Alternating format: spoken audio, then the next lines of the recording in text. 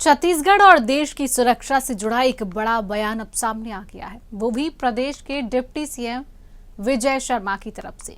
नक्सलवाद को लेकर सरकार का दावा है कि अब निर्णायक लड़ाई जो है वो अब अपने आखिरी चरण में है। इसको लेकर डिप्टी सीएम विजय शर्मा ने एक बयान दिया है और उन्होंने कहा है कि चैतू और अनंत जैसे बड़े नक्सलियों का आत्मसमर्पण कोई सामान्य घटना नहीं। नमस्कार, हमारा छत्तीसगढ़ देख रहे हैं आप और मैं हूं आपके साथ शिवांगी जैन। तो सबसे पहले हम बात करेंगे कि डिप्टी सीएम विजय शर्मा का क्या बयान है। उन्होंने कहा है कि चैतू और अनंत जैसे बड़े नक्सलियों का आत्मसमर्पण कोई सामान्य घटना नहीं, बल्कि यह उस नई व्यवस्था का संकेत है जिसमें नक्सली चिंता समझ सरकार रही है कि उनका भविष्य जंगलों में नहीं मुख्य धारा में है।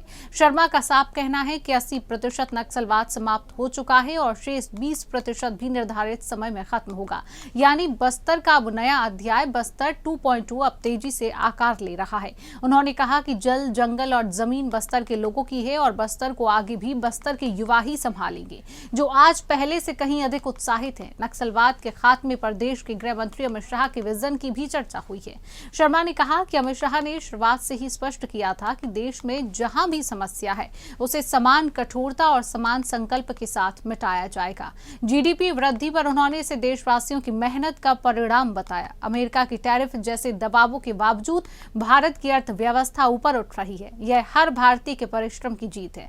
कांग्रेस पर भी करारा हमला करते हुए कहा कि कांग्रेस में व्यक्ति प्रधान है, भाजपा में संगठन प्रधान। यही फर्क हर मुद्दे पर दिखता है, चाहे जिला अध्यक्षों की नियुक्ति हो या गाइडलाइन दर पर भ्रम फैलाने की राजनीति। और राहुल गांधी के प्रदूषण वाले बयान पर चुटकी लेते हुए कहा कि भारत को भारत की नजर से देखें, इटली को नहीं, इटली की नजर से नहीं। नक्सलवाद पर अंतिम प्रहार शुरू हुआ है और इसी को लेकर क्या प्रतिक्रिया है आपको सुनवाएंगे।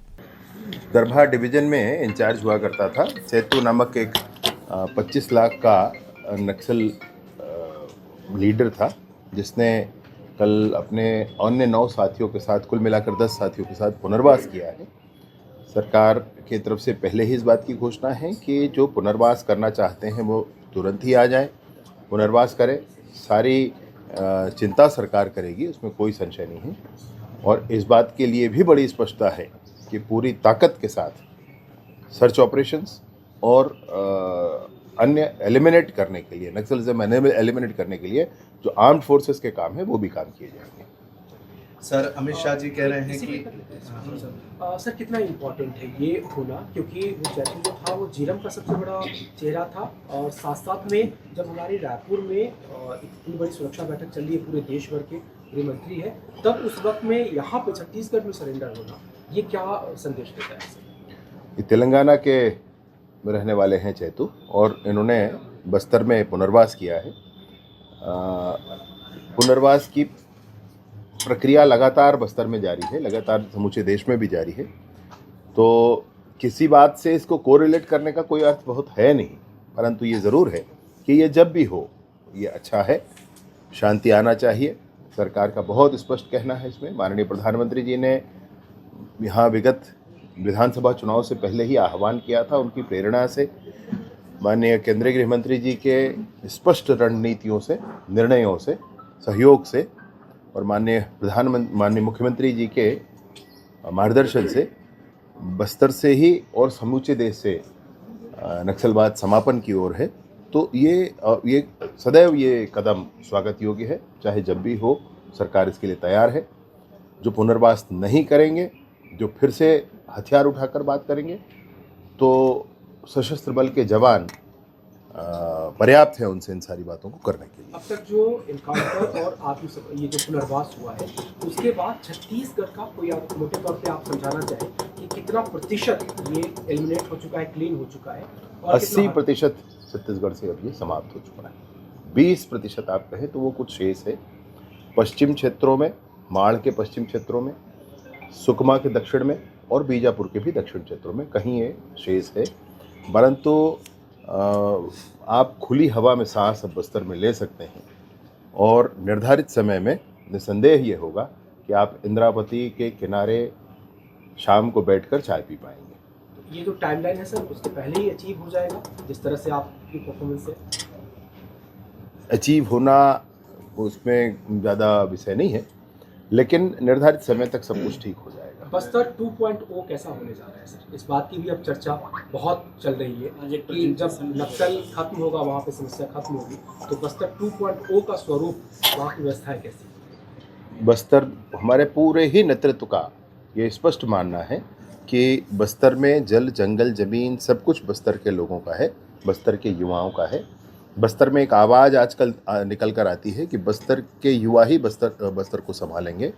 वो कहते हैं हमारा बस्तर हम संभालेंगे, और ये बड़े गर्व का विषय है, बहुत ही हृदय को प्रसन्नता देने वाला विषय है। मैं सोचता हूँ कि बस्तर ओलंपिक में भाग लेने वाले नौजवान, बस्तर पंडुम में भाग लेने वाले नौजवान और देश और दुनिया को समझ करके लोकतांत्रिक मूल्यों के साथ काम करने वाले नौजवान अपने बस्तर को संभालेंगे। जितने भी तरह के कानूनी प्रावधान हैं सशक्तिकरण के, पंचायतों के और ग्राम सभाओं के, उसको ज़रूर शीघ्र ही लागू किया जाएगा।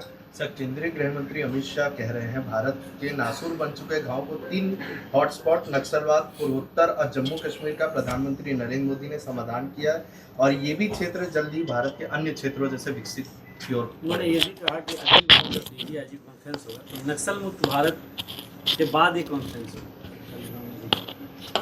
मैंने सुना है कि जब उन्होंने गृह मंत्री के नाते विभाग संभाला था तो गृह मंत्रालय में जाते ही पहली बार उन्होंने कहा था कि जैसे पूर्वोत्तर के लिए अलग सेल बनकर रखा हुआ है, जम्मू कश्मीर के लिए अलग सेल बनकर रखा हुआ है और नक्सलिज्म के लिए अलग सेल बनकर रखा हुआ है, ऐसे 3 सेल केंद्र में मिनिस्ट्री ऑफ होम अफेयर्स में चला करते थे। उन्होंने कहा कि ये तीनों सेल समाप्त होने चाहिए और देश के हर एक कोने को बिल्कुल समानता के साथ आगे बढ़ना चाहिए।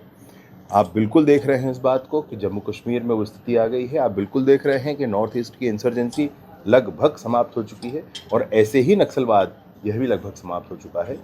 बहुत पराक्रमी हैं, कैसे निर्णय करते हैं, कैसे इतने बड़े निर्णय लेने का साहस उनमें होता है और उस निर्णय को धरातल पर उतार लेने का सामर्थ्य उनमें है। ईश्वर कृपा। सर, जीडीपी दर वृद्धि पिछले तिमाही में सबसे अच्छी है भारत, ग्रोथ रेट किस तरह देखते हैं? 8.2% के हिसाब से जीडीपी का वृद्धि दर है, और यह वृद्धि दर तब है जब दुनिया में बड़े शक्तिशाली देश ने टैरिफ की बात की।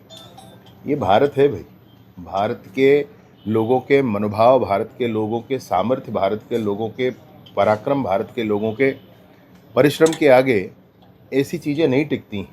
समूची दुनिया देख रही है, जो वृद्धि दर कोई और न पा सका वो भारत पा लेता है। और इस तरह से जो हमने लक्ष्य रखा है कि 2047 तक भारत सबसे बड़ा आर्थिक ताकत वाला देश बनेगा, मैं सोचता हूँ कि वो उस लक्ष्य पर हम आगे बढ़ ही रहे। तो फिलहाल के लिए हमारा छत्तीसगढ़ में इतना ही। प्रदेश की अन्य खबरों को जानने के लिए आप देखते रहिए हमारा छत्तीसगढ़।